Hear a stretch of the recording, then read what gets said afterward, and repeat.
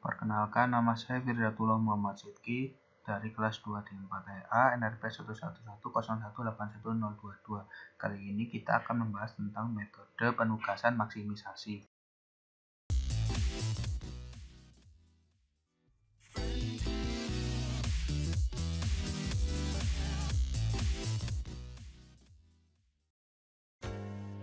Nah, mungkin sebelum kita masuk ke dalam materi metode penugasan, saya akan sedikit menjelaskan tentang apa sih latar belakangnya. Masalah penugasan tersebut sama juga seperti metode masalah transportasi yang merupakan suatu kasus khusus yang ditemui dalam pemrograman linier. Nah, pemrograman linier atau yang disebut dengan PL merupakan metode matematik dalam mengalokasikan sumber daya yang terbatas untuk mencapai suatu tujuan seperti memaksimumkan keuntungan dalam meminimumkan biaya. Persamaan linier banyak diterapkan dalam permasalahan ekonomi, industri, militer, sosial, dan lain-lain. Nah, persamaan linier berkaitan dengan penjelasan suatu kasus dalam dunia nyata sebagai suatu model matematik yang terdiri dari suatu fungsi tujuan linier dengan beberapa kendala linier. Nah, selanjutnya kita akan menyinggung sedikit, yaitu tentang metode penugasan. Nah, metode penugasan tadi sempat dibahas, yaitu suatu kasus khusus yang ditemui dalam pemrograman linier. Nah, permasalahan penugasan atau assignment problem adalah suatu persoalan di mana harus melakukan penugasan terhadap sekumpulan orang kepada sekumpulan job yang ada sehingga tepat satu orang bersesuaian dengan satu job yang ada. Nah, pada suatu contoh yaitu pada minimisasi itu ya seperti meminimalkan biaya atau waktu. Kalau untuk maksimisasi yaitu laba ataupun keuntungan. Ya, mungkin pada slide ini kita akan membahas beberapa hal dalam metode penugasan, yaitu pertama, dalam sebuah permasalahan. Dalam masalah penugasan, kita akan mendelegasikan sejumlah tugas assignment kepada sejumlah penerima tugas yang disebut assignee dalam basis satu-satu sehingga mendapatkan keuntungan yang maksimal dan atau kerugian yang minimal. Kedua, tujuan yang akan dicapai dengan menyelesaikan masalah ini adalah berusaha untuk menjadwalkan setiap assignee atau penerima tugas pada suatu penugasan sehingga kerugian yang ditimbulkan yaitu minimal atau keuntungan yang didapatkan maksimal. Nah, keuntungan minimal itu bagaimana? Keuntungan minimal itu seperti biaya, waktu. Kalau untuk maksimal itu dalam laba atau keuntungan. Terus contohnya pada penempatan karyawan pada suatu posisi jabatan di perusahaan. Terus pembagian wilayah tugas salesman. Yang ketiga, pembagian tugas dalam satu tim renang estafet itu dapat digunakan. Nah, selanjutnya yaitu definisi masalah. Masalah penugasan berkaitan dengan keinginan perusahaan dalam mendapatkan pembagian atau alokasi tugas penugasan yang optimal. Dalam arti, apabila penugasan tersebut berkaitan dengan keuntungan, maka bagaimana alokasi tugas atau penugasan tersebut dapat memberikan keuntungan yang maksimal. Begitu pula sebaliknya bila menyangkut biaya. Nah, terus bagaimana kita menyelesaikan masalah tersebut?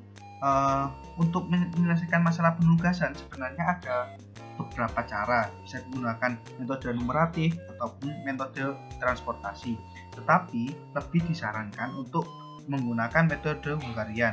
Metode Hungarian dikembangkan oleh seorang ahli matematika berkebangsaan Hungaria yang bernama De Koning pada tahun 1916. Nah, pada kali ini kita akan membahas sebuah studi kasus tentang masalah penugasan maksimisasi. Perbedaannya maksimisasi dan minimisasi yaitu pada pemilihan nilai-nilainya. Pada minimisasi dia akan memilih nilai yang paling terkecil pada tiap baris ataupun kolomnya. Dan selanjutnya kalau maksimisasi itu akan mencari nilai terbesar pada setiap baris pada kolomnya. Nah, coba dilihat contoh pada contoh soal ini.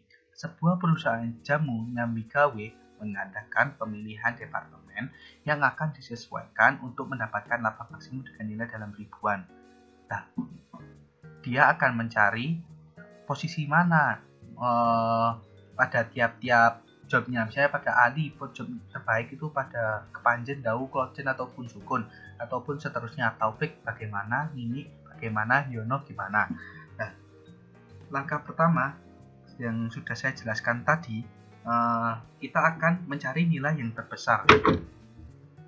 Nah, kita lihat nilai yang terbesar itu pada bagian yang mana.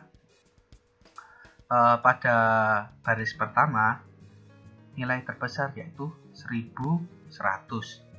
Terus baris yang kedua, nilai yang terbesar yaitu 1100. Juga baris yang ketiga yaitu nilai yang terbesar yaitu 1050. Ini juga terdapat 2050. Selanjutnya baris keempat 1150.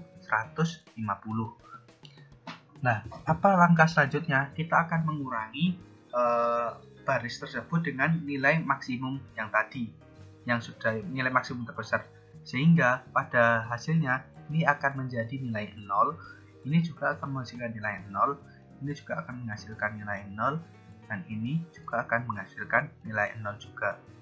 Nah, baris-baris yang lain akan menghasilkan nilai yang berupa nilai yang negatif. Nah, terus bagaimana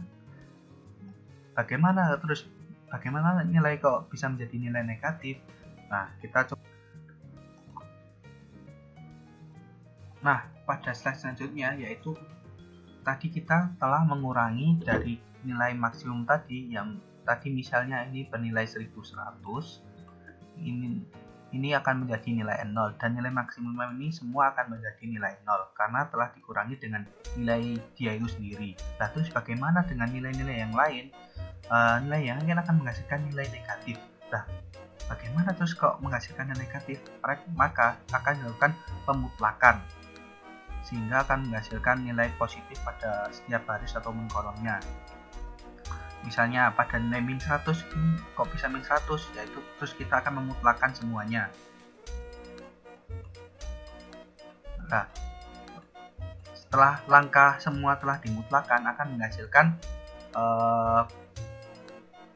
nilai yang menjadi nilai positif. Misalnya ini menjadi nilai 100, ini tetap menjadi 0, 0, 0, ini 200, terus ini akan menghasilkan nilai 100, 100, 150, 0, 150, 150, 200, 200, ini 150, 0, 150.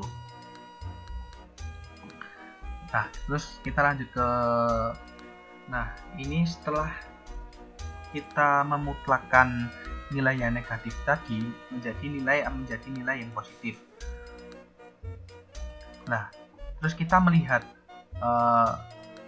nilai-nilai 0 ataupun apakah tiap baris atau kolom memiliki nilai 0. Pada kolom pertama memiliki 3 nilai 0. Nah, pada kolom kedua tidak memiliki nilai 0. Terus kolom yang ketiga terdapat 1 nilai 0. Terus yang kolom keempat terdapat 1 nilai 0.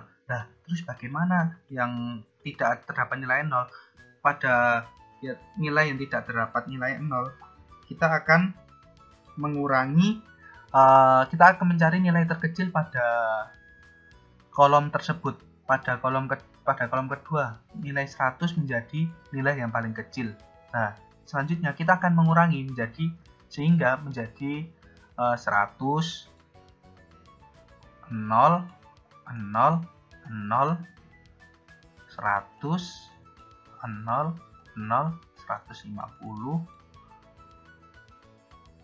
Kan kita hanya mengurangi yang kolom 2 saja.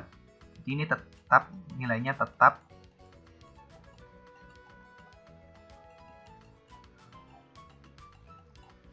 50, 0, 150.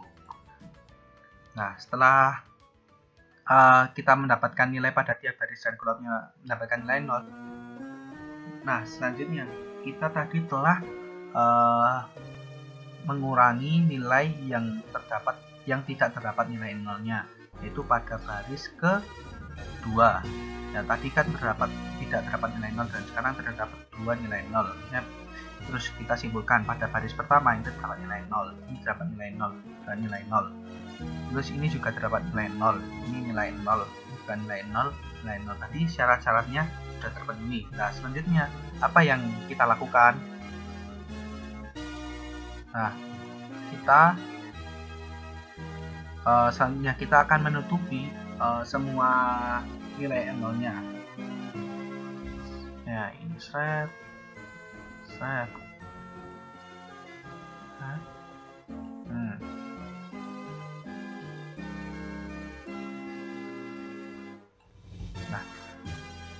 semua nilai 0 telah tertutupi. Nah, terus